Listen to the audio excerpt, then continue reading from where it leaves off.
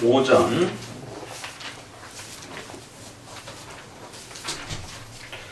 자, 세례와 관련해서 계속적으로 제세례파와 관련해서 그 차이점들이 계속 설명되고 또 유아 세례의 정당성, 또 성경 해석 원리 이런 부분들이 계속 지금 따라붙고 있어요. 이제 비슷한 내용이기 때문에 어려운 내용은 없습니다.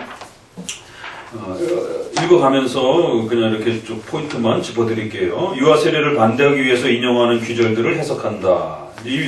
이제 성경 해석을 도대체 저들은 어떻게 하길래 그러는가? 그럼 우리 장로교는 도대체 어떻게 해석하는가? 이거를 꼭 힌트를 얻어야 됩니다.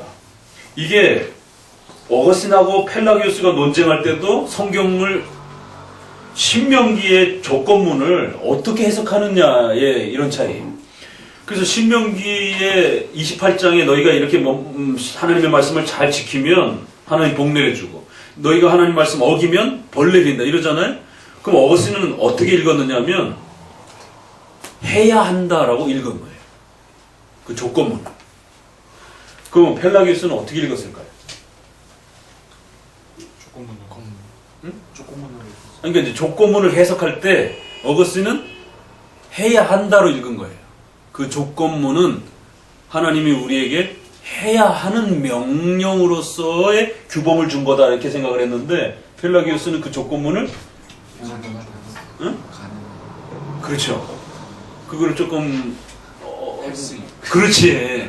좀 멋있게 만들어 보면 이쪽은 해야 한다로 읽었는데 저쪽은 할 수 있다로 읽은 거야. 이게 같은 조건문을 읽는데 한쪽은 할 수는 없지만 우리가 평생 바라봐야 되고 가야 할 길이라고 하는 하나님의 뜻을 알려준 너희는 이러한 어마어마한 하나님의 뜻에 이룰 수 없어. 그러니까 예수님의 도움을 받아야 돼. 율법의 일용법. 또 예수님을 믿고 나서는 이건 하나님의 거룩한 뜻이야. 그러니까 너희가 열심히 평생 동안 부족하더라도 해야 하는 높은 하나님의 뜻이야. 해야 하는 규범적 명령으로 소개가 되어지는 목표로 제시를 해놓은 건데 이 펠라기우스는 그 조건문을 극단적 문자주의로 해석했기 때문에 이건 당장 우리가 할 수 있는 할 수 있다로 읽어버린 거예요. 현실적 가능적 문자로 읽어버린 거예요. 그러니까 어거스틴과 펠라기우스의 싸움도 결국에는 그 문자를 한쪽은 극단적으로 봐라 성경에 이렇게 있잖아. 그러면 하면 돼. 할 수 있으니까 이렇게 준 거야. 극단적 문자주의를 읽는 거예요. 근데 어거스틴은 모든 성경 개념으로 읽은 거예요. 전체 성경을 고려하면서 이 조건문이 어떤 의도로 주어진 것인지에 대한 그 의도를 읽어낸 겁니다.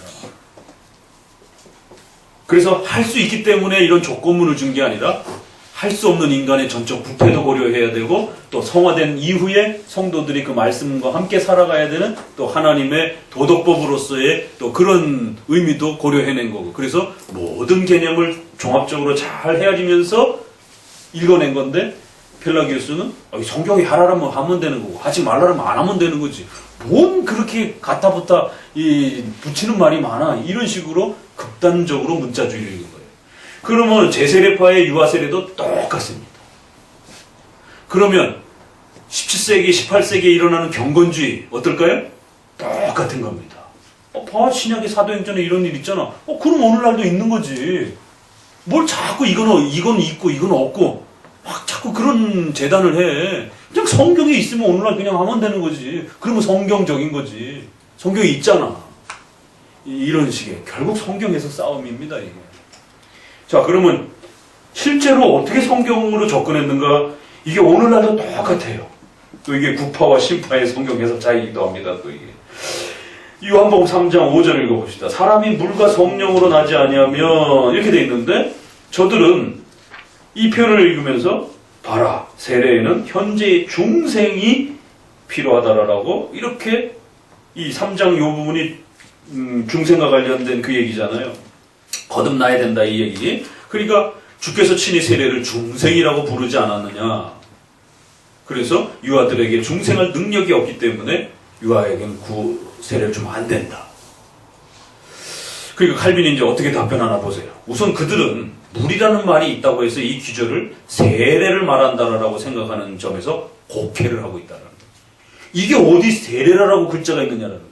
본인들 스스로가 또 필요할 때는 또 의미로 또 바꿔버려요. 문자 그대로 안 읽고. 아주 철저한 문자주의도 아니에요. 그런 면에서는. 실제로. 오늘날도 마찬가지예요. 이건 물은 물이지. 이게 세례물인지 그냥 물인지 밥 먹는 물인지 어떻게 알아요? 여기 가타부터 설명도 없는데 자기들이 세례라고 읽는 거지. 그러니까 그런 면에서 물이라는 부분을 일단 고귀한 거라는 거예요. 그리스도께서 니고데모에게 이렇게 말했을 때는 인간의 부패함에 대한 인간의 힘으로는 절대로 거듭날 수 없다라고 하는, 그래서 인간의 죄는 반드시 씻겨져야 된다라고 하는, 제거돼야 된다라고 하는, 깨끗하게 돼야 된다라고 하는 이런 문맥의 흐름 안에서 나온 이야기라는 거예요. 그러니까 여기서의 물은, 이거 잘 읽어보세요. 그래서 칼빈의 기독교 강요는 성경 해석법을 배우는 겁니다. 물과 같은 성령이라고 읽어야지 물과 성령이라고 두 단어로 읽으시면 안 된다는 겁니다. 비록 and로 돼 있다 할지라도 물 같은 성령, 물인 성령이라고 읽어야 된다는 것이. 그러면 물과 성령으로 거듭난다 그러면 세례와 성령으로 거듭나는 거예요, 그러면? 여기서는 그렇게 주장할 수 있어요. 제세례파도 그렇게 주장하니까. 그러면 좋습니다. 그러면 마태복음 3장 11절 성령과 불로 너희에게 세례를 줄 것이다. 이런 표현 나오잖아요. 그럼 불로 세례를 받는 건 어떻게 돼? 머리를 확 까실러? 응? 불 태워놓고? 해결할 수가 없잖아요. 불과 같은 성령. 왜? 죄를 또 제거하는 관점에서 다 태워 없애는 관점을 이야기할 때는 성령이 우리의 죄를 없앤다 이렇게 말하잖아요. 또 우리의 죄를 깨끗이 씻긴다 이렇게 또 표현도 되는 거고. 그러니까 그런 하나의 비유적 그 표현을 성령의 하시는 일을 좀 더 이렇게 강하게 이렇게 인지할 수 있도록 이런 비유적 표현을 불과 같은 성령 이렇게 읽어야지. 성령과 불로 거듭난다 그러면 앞부분은 그래도 물과 성령은 괜찮지만 불은 이거 어떻게 설명할 거냐라는 거예요. 그래서 가톨릭에서 왜 자꾸 촛불을 켜지? 성당 가면 촛불 켜잖아요. 구약 때 성소하는 메노라 있었잖아. 거기서 아이디어가 좀. 그러니까 그런 아이디어도 있고. 왜 구약에 보면 이제 지성소에 등불이 있잖아요. 구약 폐해진 건데. 그 불을 이렇게 유지하고 있어야 된다. 불을 지펴야 된다라고. 이제 그런 것도 있고 이제 신약에서 이렇게 이제 읽어다 보면 신약에 불과 관련된 또 어떤 그런 표현들도 있어요. 성령과 불로 거듭나야 된다. 그러니까 그 불을 보면서 성령을 자꾸 이렇게 또 생각하게 하는. 또 우리가 정월 대보름에 쥐불놀이 하듯이 이제 바벨론 문화라든가 이런 고대 근동 문화에서 태양신 숭배하고 이런 불 문화를 숭배하는 또 그런 데서 들어오기도 하고. 그래서 짬뽕이 돼요. 그게 개신교의 이런 교회가 앞에다 촉 켜놓고 막 이런 분들도 계세요. 큰일 납니다. 가톨릭 따라하는 거예요. 예전에 서세원 씨가 개척해가지고 서정희 씨가 굉장히 잘 꾸미잖아요. 그래갖고 사람들이 어떻게 그 교회를 꾸며놨나 해서 그 사진으로 찍어주고 이렇게 탐방하는데 여기 앞에다 초 모양대로 이렇게 왜 데코 초들 있잖아. 그래서 굉장히 그 경건하고 이렇게 은은하게 이렇게 좀 나름대로 좀 해봤다 이러면서 이렇게 하시더라고요. 신학을 도대체 어디서 배웠는지. 이 불, 성령과 불. 이런 부분. 그래서 성령은 중생시키는 일에서 불의 기능과 성격을 가진 것과 같이 물과 성령으로 거듭난다는 것은 성령의 능력을 받는 것이며 성령은 물이 몸에 대해서 하는 일을 영혼에 대해서 하는 그런 비유적 개념으로 읽어내야지 그걸 두 개가 있는 것처럼 읽어내면 안 된다는 것이. 그래서 1539년 밑에 각주 보세요. 45번대에 있는 39년판 강요에서도 주 예수 그리스도께서는 세례에 대해서 전혀 말씀하시지 않았다. 요한복음 3장 5절을 해석할 때 이런 말도 덧붙였고요. 또 칼빈은 크리스토스미, 우리 최영재가 즐겨 사용하는 아이디, 이 말씀을 세례에 관련시키는 것을 물리치고 물은 성령에 대한 은유로서 성령이 깨끗하게 하는 작용을 말하는 것이다. 그래서 초대 교부에도 어거스틴도 그렇고 이런 교부들의 해석을 그대로 칼빈이 연결해서 해석해 주는 거예요. 26장 세례를 받지 않는 사람들이 다 멸망하는 것은 아니다. 이게 또 이제 세례 100% 카톨릭과 제세례파는 세례 100% 주장을 말하는 거예요. 그러니까 세례 받지 않으면 다 지옥 간다 이렇게 말을 하는 거죠. 그러니까 세례와 중생을 100%로 생각하는 또 아예 등한시하는 이런 양극단이 있다 그랬죠. 그래서 지금은 이제 세례 100% 이렇게 주장하는 구원 100% 이렇게 주장하는 주장에 대해서 반대하는 거기 때문에 세례를 받지 않는 사람이라고 해서 다 멸망하는 건 아니다. 따라서 우리는 세례를 받지 않은 사람을 영원한 죽음에 보내는 자들의 공상을 전적으로 배척해야 한다. 요한복음 5장 24절에 같이 읽어봅니다. 세례를 받지 않는 사람은 멸망할 것이고 싶어서 받지 않는 경우는 어디에도 없다. 내가 이렇게 말한다고 해서 또 그렇다고 또 반대로 또 그래 그럼 세례 없어도 돼? 이렇게 말하면 안 된다는 거예요. 세례는 그 필요한 만큼만 사용하면 되는 것이에요. 은혜의 수단이기 때문에 그렇게 멸시한다면 주의 언약을 어기는 것이 된다. 왜? 성경에 분명히 또 세례를 요구하고 있으니까. 쭉 내려오시게 되면 46번 각주에 그래서 이 생명의 말씀사가 이런 면이 좋아요. 이렇게 그 각주의 보충 설명들이 참 좋은 게 많아요. 세르베투스는 제세례파하고 비슷하게 그리스도를 믿지 않는 유아들은 다 저주받아서 지옥 간다라고 이렇게 해석을 했어요. 그러니까 우리가 역사 속의 해석을 보게 되면 누구의 해석인가가 쭉 이렇게 연결이 되는 겁니다. 그러면 어떤 해석을 따라서 우리의 신앙의 계보를 잡을 것인가를 고민하셔야 되는 것이에요. 그랬을 때 어거스틴, 칼빈, 웨스민스터, 도르트, 그 다음에 카이퍼, 바빙크, 프린스턴, 반틸 여기까지는 거의 90%가 동일해요. 해석의 그 교리의 구성과 해석의 방향성들이. 그런데 웨슬레만 그렇게 해석해요. 그렇다고 웨슬레가 알미니아스하고 똑같지도 않아요. 그래서 웨슬레는 알미니안도 계승하고 청교도, 아버지가 청교도 라인이기 때문에 또 청교도도 또 섞어요. 그러니까 그렇다고 그러면 완벽하게 알미니안주의냐? 그렇지 않단 말이에요. 그래서 소위 말해서 웨슬레의 알미니우스의 신인 협력은 거의 50%예요. 숫자로 표현한다. 그러면은 웨슬레의 선행은총이라는 개념은 도대체 뭐냐 그게? 응? 90, 10 정도. 하나님의 90의 은혜가 있고 10% 우리가 선행을 덧붙여야 된다라고 하는 뭐 이렇게 숫자로 따진다라. 그러니까 알미니안주의만큼의 공로를 주장하는 건 아닌데도 또 나름대로의 어떤 그 신학 구조 안에는 인간의 선행이 인간의 구원에 있어서 보탬이 되고 또 확정된 칭의도 아니기 때문에 어느 정도 이렇게 취소가 될 수 있는 가능성이 늘 열려 있어서 항상 그 선행을 통해서 각성해야 된다라고 하는. 그렇다고 또 웨슬레와 지금의 감리교가 똑같으냐? 그렇지도 않아요. 왜냐면 감리교 신학자들이 거기에 뭔가를 더 덧붙이면서 막 방향을 틀어냈기 때문에.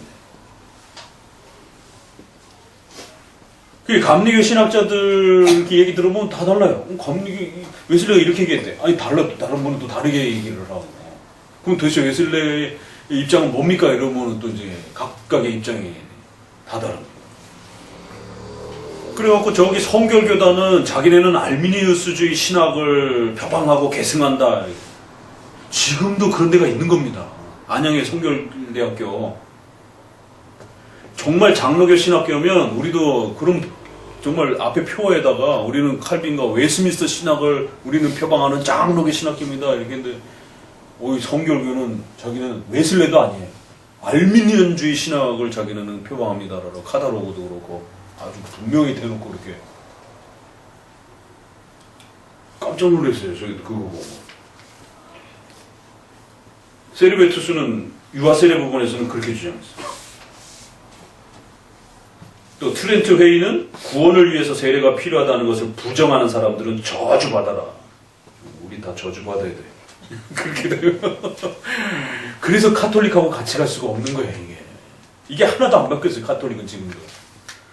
자, 세례에 관한 예수님의 말씀 또 이렇게 넘겨보서 이제 마태복음 28장 19절, 마가복음 16장 16절 믿고 세례를 받는 세례를 주라 이런 표현도 있잖아요. 그러니까 아이들은 여기 보면은 믿고 가르치고 이런 표현이 있으니까 애들은 세례 받으면 안 된다. 왜냐면 애들은 믿지 못하니까 가르침을 받지 못하니까.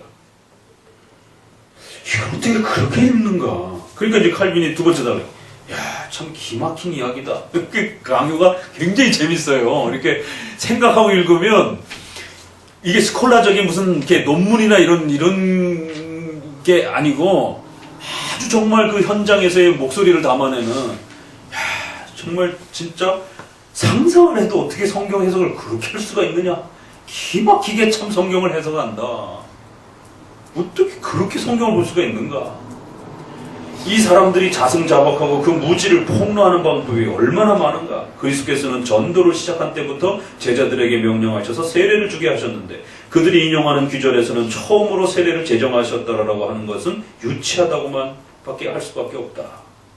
왜냐하면 그래 좀 따져보자. 정말 그러면 그럼 마가복음 16장 15절에 전파하고 세례를 받는 이렇게 돼 있고 마지막 절에는 믿고 세례를 받는 이렇게 돼 있어요. 이 순서에 집착해가지고 세례를 주기 전에는 반드시 전파해야 되고 또 믿어야 된다라는 거예요. 이렇게 주장한다라는 거예요. 그래, 2구절만 보면 그래요. 그러나 이게 사도행전에 보게 되면 거꾸로도 나와요. 순서가. 우리가 옛날에 성령으로의 세례 보게 되면 은사가 나중에 오고 세례가 먼저 오고 은사가 먼저 오고 세례를 나중에 받는 이제 이런 경우도 발생이 되고. 자, 그럼 마태복음은 어떻게 되어 있어요? 세례를 주고가 먼저 나와요. 내가 너에게 분부한 모든 것을 가르쳐 지키게 하라. 이러면 가르치는 건 나중에 나와요. 그러면 세례부터 줘야 될 거 아니에요?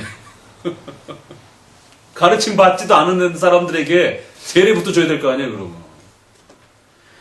그러니까 모든 성경을 보질 않으니까 어느 특정한 자기들이 원하는 성경만 보고 그걸 짜집게 해가지고 교리로 확정을 해갖고 주장을 하게 되면 이런 일이 벌어지는 거예요. 지금도 여전히 이런 식의 편파적인 성경 해석과의 싸움입니다.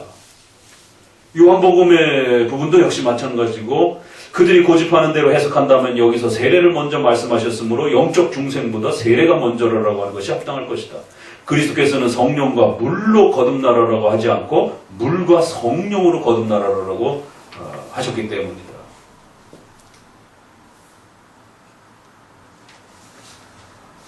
이게 참 어지적인 이런 극단적 문자주의, 편파적인 부분적인 성경에서 이럴 때 항상 우리는 교리 전체를 고려하면서 모든 성경으로 접근하는 거예요. 그래서 칼빈주의를 한다라고 하면서도 여전히 다른 방식으로 그 사고가 안 바뀐 분들이 많은 겁니다. 왜? 이런 모든 성경의 해석법을 아직 훈련되어 있지 않기 때문에. 마가복음 16장 16절에는 유아들에 대한 말씀이 없습니다. 넷째 줄, 여기서는 그리스도께서 하신 가장 중요한 명령은 복음을 선포하라는 것입니다. 세례를 주는 것은 한 부록으로 첨가하시면서 세례를 주는 일은 가르치는 일보다 중요하지 않는 것으로 말씀하신 것입니다. 그 문장의 힘과 대상과 방향이 어디로 향하고 있는지를 문맥 아래서 잘 봐야 된다는 거예요. 이게 여러분들 성경 읽는 훈련을 다 시키는 겁니다. 이게 강요가 이런 코멘트를 주면서. 마가복음 16장 16절 뒤에 이때 하신 강론에 유아들에 대한 말씀은 한마디도 없습니다. 다 장성한 사람들, 알아들을 수 있는 사람들, 어른들에게 이야기하기 때문에 가르침을 받으라라고 이렇게 얘기를 한다는 거예요. 그러니까 성경 본문이 누구를 대상으로 하고 있는가, 누구에게 얘기하고 있는가, 이런 걸 잘 보라는 겁니다. 지난번에 얘기했잖아요. 뭐 구약에 그러면 여자는 그러면 세례, 할례 못 받는 형태, 성만찬 못 받는 형태. 이 여성들 할례하라는 장면이 어디 있어요? 명령이 어디 있어요? 여성들 성찬 받으라는 얘기가 어디 있어요? 성경에 그러면. 이런 식의 계속 접근이에요. 예수님은 성인 세례의 원형인 겁니다. 자, 데살로니가후서 3장 16절에 또 이제 이 사람들이 핑계 잡기를 유아들에게는 먹는 것을 주어서는 안 된다라고 알기 어려운 이론을 말하는 사람이 있다라면 모든 사람이 그 사람에게 침을 뱉으시라는 거. 이거 얼마나 과격합니까? 요 데살로니가후서 3장 16절이 뭐예요? 일하기 싫어하거든 먹지도 말라. 그런 얘기 있잖아요. 나태하고 게으른 사람들을 향해서. 그럼 애들은 일 못 하잖아요. 그럼 애들한테 먹을 거 주지 말라는 거예요. 그런 식이 해석돼야 되지 않느냐는 거예요. 그러면 그 문자 그대로 적용하려면 이 노동이라고 하는 걸 제공하지 않은 사람은 절대로 먹어서는 안 된다라는 식으로 읽게 되면 그럼 환자들, 유아들 밥 먹이지 말라라는 거예요. 노동 안 했으니까. 그런 해석하는 사람들한테 침을 뱉으라는 거예요. 얼마나 어리석고 몰지각한 해석이냐라는 거예요. 왜 일정한 종류와 일정한 연령층의 사람들에 대해서 한 말을 모든 사람에게 무분별하게 적용하냔 말이에요. 이걸 무슨 거에 오류라고요? 무슨 오류예요? 특수하고 제한적인 명령을 보편적인 규범으로 확대를 해버려요. 이게 일반화의 오류인 겁니다. 보편화의 오류. 일반화시켜서 하나의 교리로 잡으려면 성경 전체에서 나와야지 어떤 특정한 그 한두 개의 어떤 문장을 가지고 전 삶과 전 교회를 방향을 잡아야 되는 그러한 영원한 도덕법의 개념의 교리로 일반화된 교리로 잡으려면 정당한 그 근거가 훨씬 더 강화되어야 된다는 거예요. 구약에는 임시법들도 많고 그러기 때문에 아무거나 막 일반화시키게 되면 큰일 난다는 겁니다. 그런데 이 특수와 제한된 본문을 일반화시키는 그 급격하게 일반화시키는 일반화의 오류를 제세례파가 범한 거고 오늘날도 마찬가지인 거예요. 예수님은 30살 이후에 세례를 받았습니다. 이건 성인으로서의 세례받는 장면을 우리에게 이제 그가 세례를 받으신 것은 30 이후였습니다. 이것은 사실이지만 거기에는 분명한 이유가 있었습니다.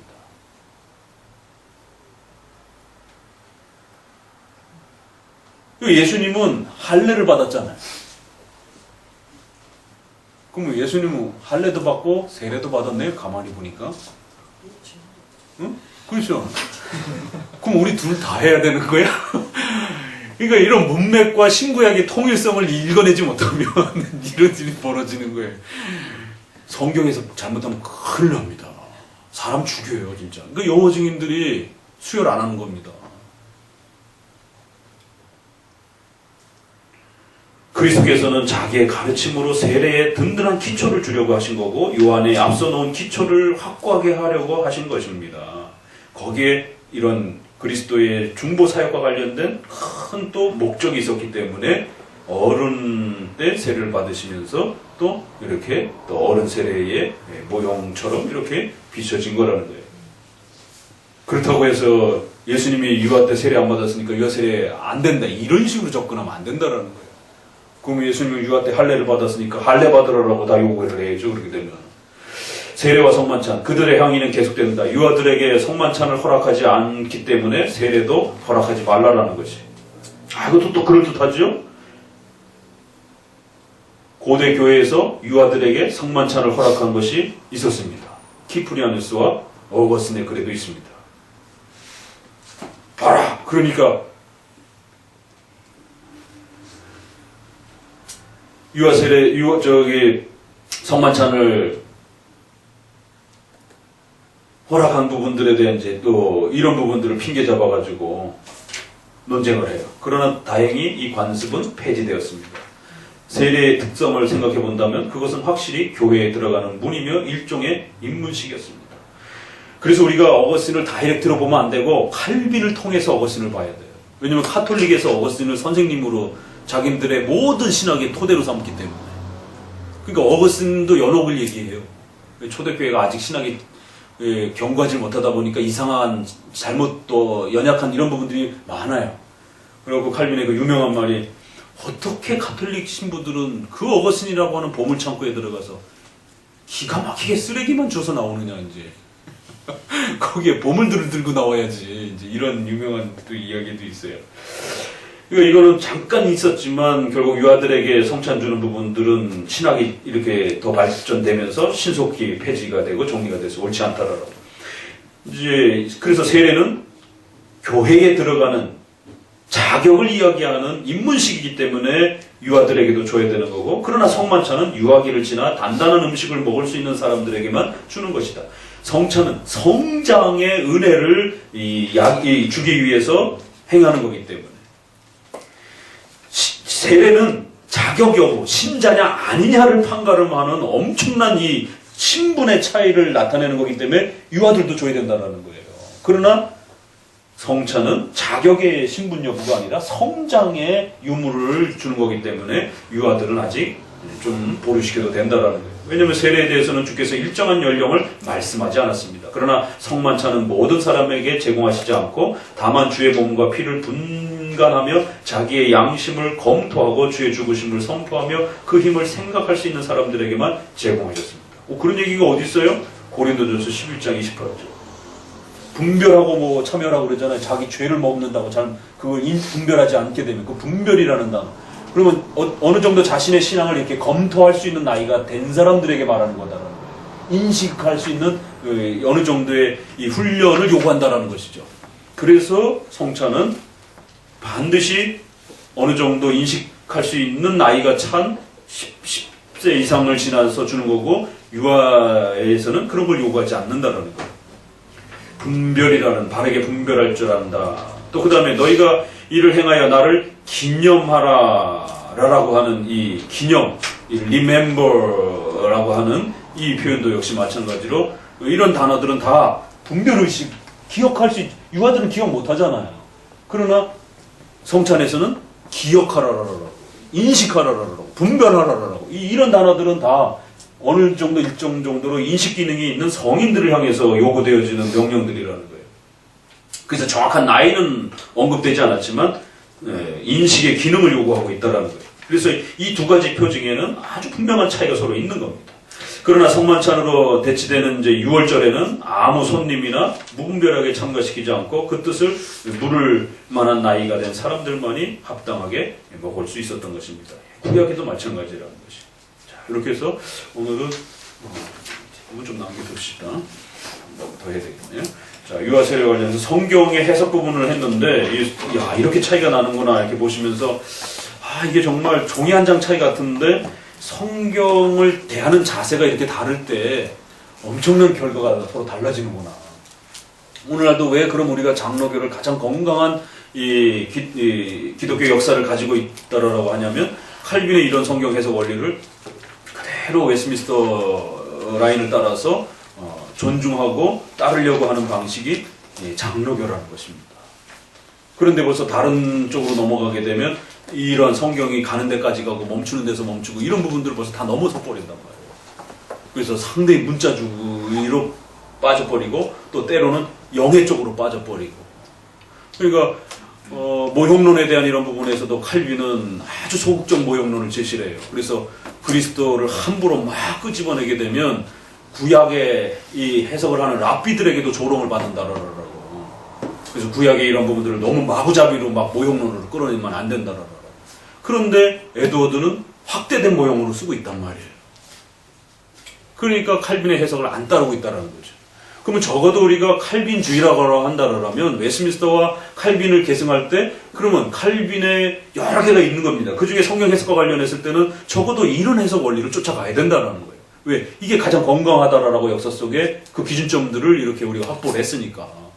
칼빈을 싫어하는 사람은 상관없어요. 그러나 적어도 칼빈주의나 개혁주의를 부르짖을 때는 칼빈, 웨스민스터 이렇게 넘어가면 칼빈이 이렇게 해석했던 원리, 또 웨스민스터에서 성경은 성경 그 자체로 해석한다라고 하는 1장 9절에 그게 오직 성경과 모든 성경의 성경 유비의 원리를 그렇게 표현한 거예요. 신학적으로 성경은 성경으로 성경 유비, 신학 유비. 그래서 그 유비 법칙으로 비슷한 것끼리 이렇게 항상 연결해서 문맥 아래에서 이렇게 해석한다. 그래서 성경 유비는 신구약 전체 안에서 서로 이렇게 상호 교통해야 된다. 그걸 성경 유비라고 그러는 거고, 신학 유비. 그러면 그렇게 해서 만들어진 중요한 우리 신앙의 근본 교리와 어긋나지 않도록, 7대 교리의 신앙 고백과 어긋나지 않도록 신앙 유비, 신앙의 그 유사성을 가지고 계속 이렇게 확대하면서 해석하는 것이지, 막 넘어가면서 이렇게 해석하는 게 아니라는 것이. 그래서 1장 9항은 조직신학적으로 설명하면 바로 신앙 유비 원리를 가르치는 겁니다. 성경 유비, 신앙 유비에 대한 유비 원칙의 해석 원칙인데, 그거를 칼빈이 가장 잘 이야기했고, 그거를 가장 잘 계승한 것이 바로 웨스민스터 방식이라고 합니다. 그래서 여러분들에게 또 이렇게 한번 제세례파와의 이 유아세례 하나 갖고 싸우지만 이게 여러 가지 지금 성경 해석의 모든 관점까지 다 포함이 돼서 이게 우리가 장로교의 성경관과 성경 해석법 또 율법의 삼용법 이런 그 성경에 대한 아주 독특한 그 이해가 왜 결국에는 오직 성경에서 모든 성경으로 넘어가는가 이런 부분에 있어서 그게 훨씬 훌륭한 거예요. 그래서 오직 성경 정도는 루터파에서도 말했지만 결국 그것이 특정한 교리로 이렇게 제한되면서 칭의론이라든가 이렇게 폭이 좁아지면서 나머지 교리들이 확 축소가 되어지는 그러다 보니까 예정론이라든가 이런 수많은 교리들이 소개되지 않는 모든 교리가 소개되지 않는 이제 이런 축소 현상이 벌어졌고 웨슬레의 설교라든가 이런 데서도 죄, 회개, 구원, 성결 요 정도 범위의 구원론과 관련된 부분이 집중되어 있지 성경론이나 교회론이나 종말론이나 이런 부분은 거의 강조되지 않는 예정론도 강조되지도 않고 그러니까 이런 면에서 결국에는 칼빈을 통해서 소개되어진 이러한 복원된 이러한 그 어거스틴에 연결된 또 이런 교리적 역사를 누가 가장 그대로 이 풍성한 교리들을 이어가고 있는가? 예정론은 우리도 힘들어요, 사실. 또 타락전 예정, 타락 후 예정이라고 하는 이런 또 깊은 단계는 더 힘들고. 그래도 예정론을 다뤄야 된다는 거죠. 왜? 웨스민스터도 다뤘고, 도르트도 다뤘고, 칼빈도 다뤘고, 오거스틴도 다루고 있으니까 그 기독교 역사의 계보의 중요한 그 텍스트들은 계속해서 예정론을 다루고 있기 때문에 우리 수준이 떨어져서 그렇지 쫓아가야 된단 말이에요. 우리가 못 쫓아가겠다 해서 버려버리게 되면 그때는 이제 우리는 어거스틴과 칼빈을 계속 안 하는 거예요. 오히려 예정론을 버린 웨슬레를 따라가는 거죠. 알미니안주의 쪽으로 따라가는 거고. 그래서 항상 역사의 계보란 이렇게 기독교 역사를 잘 추적해야지 예정론을 버리게 되면 제세례파 쪽으로도 또 따라갈 수 있는 겁니다. 우린 열심히 해석했지만 결국 그게 제세례파들이 주로 주장했던 그런 형태가 될 수도 있는 거죠. 그럼 칼빈은 어떤 교리를 주로 성경을 통해서 해석하면서 해석의 원리로서 뭐 이렇게 소개를 했는가? 분명히 예정론을 말하고 있단 말이에요. 성경론에서도 모든 성경 해석법을 이렇게 소개를 하고 있고 단편적인 문자주의로 보면 절대 안 된다 이런 차이점들. 그래서 또 아주 중요한 또 이런 성경의 실제적인 또 차이점들을 비교해가면서 보게 되었습니다. 기도합니다. 하나님 감사합니다. 오늘도 또 우리에게 기독교 강요와 또 웨스민스터 신앙의 확신에 대한 부분들을 또 함께 배우면서 우리 기독교의 중요한 교리적 기초들을 다져갑니다. 특별히 신앙의 확신과 관련된 우리 신앙의 열매들을 또 잘 배우고 익혀서 지나친 극단적인 외적인 열매로 우리의 신앙 유무를 판단하는 그러한 또 극단에 이르지 않게 하시고 오직 하나님의 말씀을 따라 바른 교리 안에서 성령의 인도하심 아래 위로와 확신을 누리며 살아가는 또 이 귀한 신앙의 자리들을 허락해 주옵소서. 예수님의 이름으로 기도합니다. 아멘. 하늘에 계신 우리